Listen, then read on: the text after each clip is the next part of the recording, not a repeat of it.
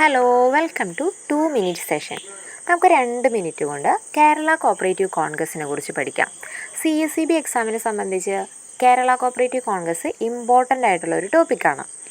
എല്ലാ ക്വസ്റ്റ്യൻ പേപ്പറിലും ഈ ഒരു ക്വസ്റ്റ്യൻ നമ്മൾ കാണാറുണ്ട്. നമുക്ക് നോക്കാം. ആദ്യത്തെ കേരള കോപ്പറേറ്റീവ് കോൺഗ്രസ് നടന്നിരിക്കുന്നത് 1966 കോട്ടയത്ത് വെച്ചാണ്. KR എലാൻകത്തായിരുന്നു ലീഡർ. രണ്ടാമത്തെ കേരള കോപ്പറേറ്റീവ് കോൺഗ്രസ് നടന്നിരിക്കുന്നത് എവിടെയാണ്?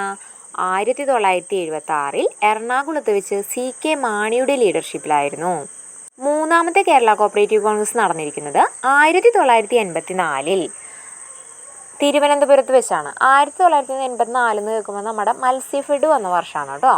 അപ്പോൾ തേർഡ് കോപ്പറേറ്റീവ് കോൺഗ്രസ് വന്നിരിക്കുന്നത് 1984 തിരുവനന്തപുരത്ത് വെച്ച് തച്ചാടി പ്രഭാകരൻ്റെ ലീഡർഷിപ്പിലായിരുന്നു.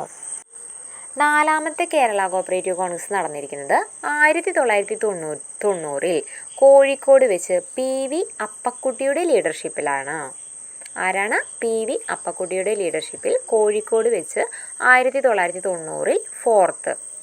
എപ്പോഴും ക്വസ്റ്റ്യൻ പേപ്പറിൽ സ്ഥലമാണ് ചോദിച്ച് കാണാറ് കേട്ടോ. ഇപ്പോൾ ഫസ്റ്റ് കോപ്പറേറ്റീവ് കോൺഗ്രസ് നടന്നത് എവിടെയാണ്? കോട്ടയത്ത്. അങ്ങനെയാണ് ചോദിച്ച് കാണാറ്.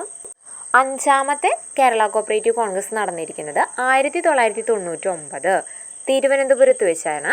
R പരമേശ്വരൻ പിള്ളയായിരുന്നു ലീഡർ. ആറാമത്തെ കേരള കോപ്പറേറ്റീവ് കോൺഗ്രസ് നടന്നിരിക്കുന്നത് 2007 എറണാകുളത്ത് E നാരായണൻ്റെ ലീഡർഷിപ്പിലാണ്.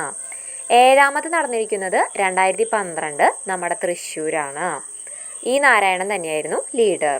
എട്ടാമത്തെ നടന്നിരിക്കുന്നത് 2018 കണ്ണൂരാണ്. കോലിയക്കോട് N കൃഷ്ണനായരായിരുന്നു ലീഡർ.